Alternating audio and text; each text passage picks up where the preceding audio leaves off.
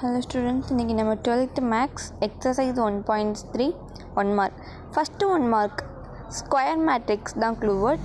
So square means 4 sides. Second option 4. Next one 3 cross 3. Then I3 is the answer.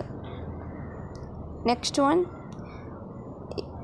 A equal to 3 இருக்குது, C equal to 3 இருக்குது. 3 into 3 9. So 9 related answer second option 1/9.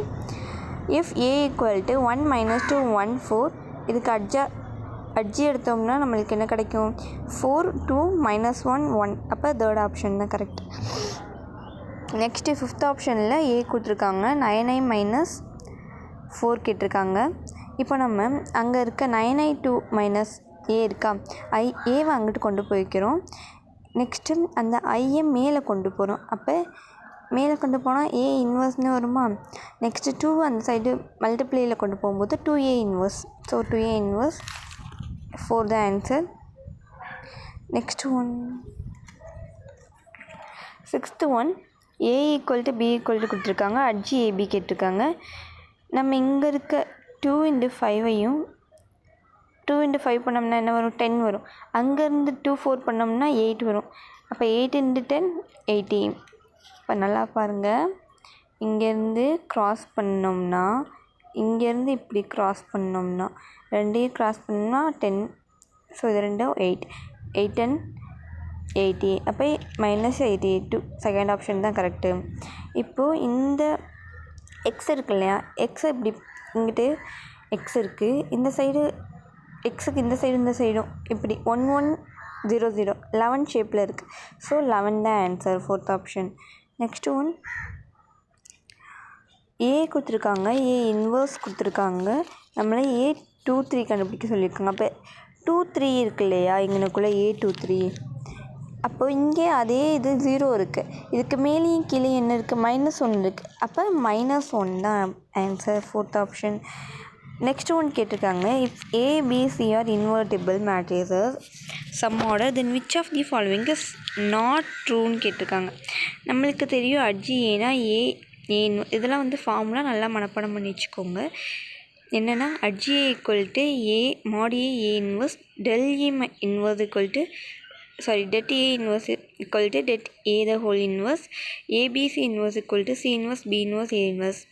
ஆனால் இங்கே என்ன வரும்னா நம்மளுக்கு adj AB equal to adj B into adj ஏன்னு தான் வரணும். அட்ஜி B இன்டு அட்ஜி தான் கரெக்ட். ஸோ இது ராங் ஆன்சர். இது எல்லாமே ஒரு ஃபார்முலாஸ் 1 மார்க்கில் கேட்பாங்க, மெமரி பண்ணி வச்சுக்கோங்க. Next AB inverse equal to கொடுத்துருக்காங்க, A இன்வர்ஸ் ஈக்குவல் டு கொடுத்துட்டு B இன்வர்ஸ் கேட்டிருக்காங்க. ஸோ நம்ம இங்கே இருக்கு இல்லையா, சாரி இந்த 19ஐயும் 17ஐயும் மைனஸ்லாம் விட்டுருங்க. மைனஸை விட்டுட்டு நார்மலாக 9 - 17 2. ஓகேவா, 2 வந்திருக்கா. இப்போது 17 - 12 5. ஸோ 2 5 எது வந்திருக்கோ அது answer. Next one A transpose A inverse கொடுத்துருக்காங்க. நெக்ஸ்ட்டு நம்ம என்ன கண்டுபிடிக்கணும்? A ஸ்கொயர் கண்டுபிடிக்கணும். A டிரான்ஸ்போஸ் ஃபஸ்ட்டு இருக்கிறதையும் இங்கே இருக்க ஸ்கொயரையும் பண்ணோம்னா A transpose the whole square. A inverse equal to கொடுத்துருக்காங்க, A transpose the whole inverse. அப்போது A இன்வர்ஸ் கொடுத்துட்டாங்கல்ல, அப்போ நம்ம இதை டிரான்ஸ்போஸ் பண்ணால் போதும் தானே.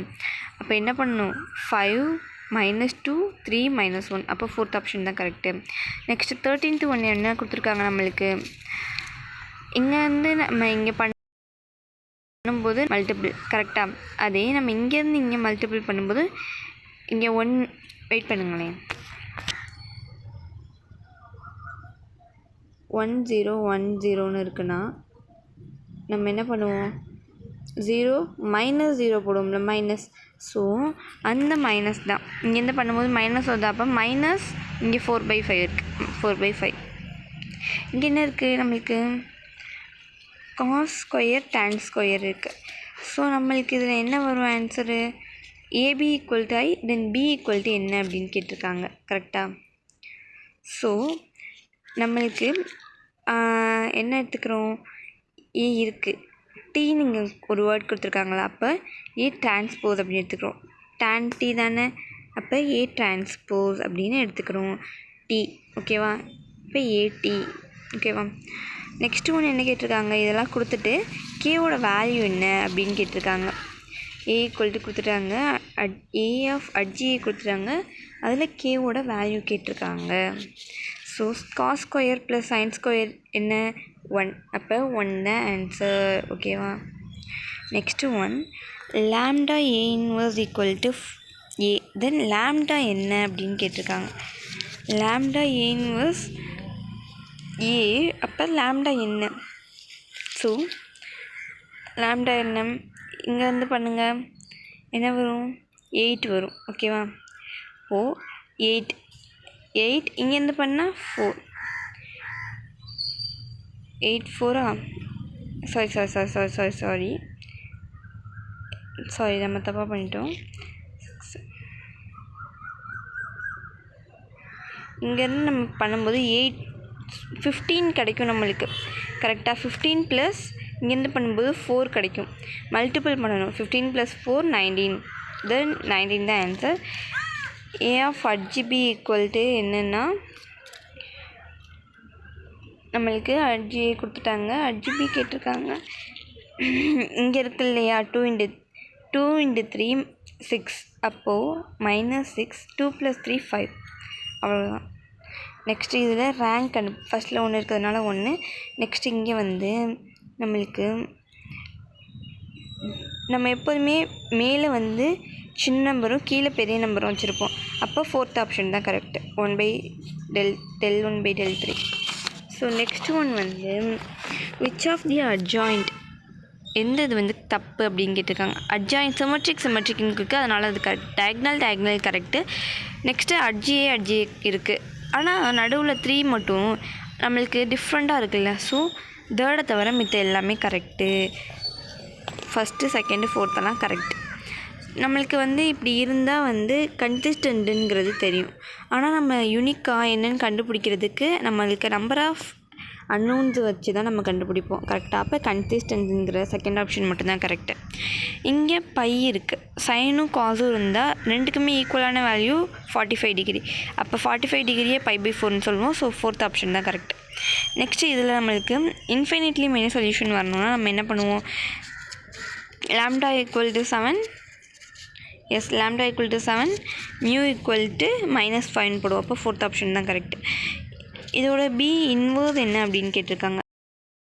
பி எப்படி கண்டுபிடிக்கலான்னா இங்கே இருக்கு இல்லையா 2 - 3 பண்ணோம்னா 1, ஸோ 1 தான் answer. Next one 25th one adj of adj A என்னன்னு கேட்டிருக்காங்க. அட்ஜ் ஆஃப் அட்ஜிஏ ஏ தான். ஸோ அப்படியே first option. So thank you for வாட்சிங்.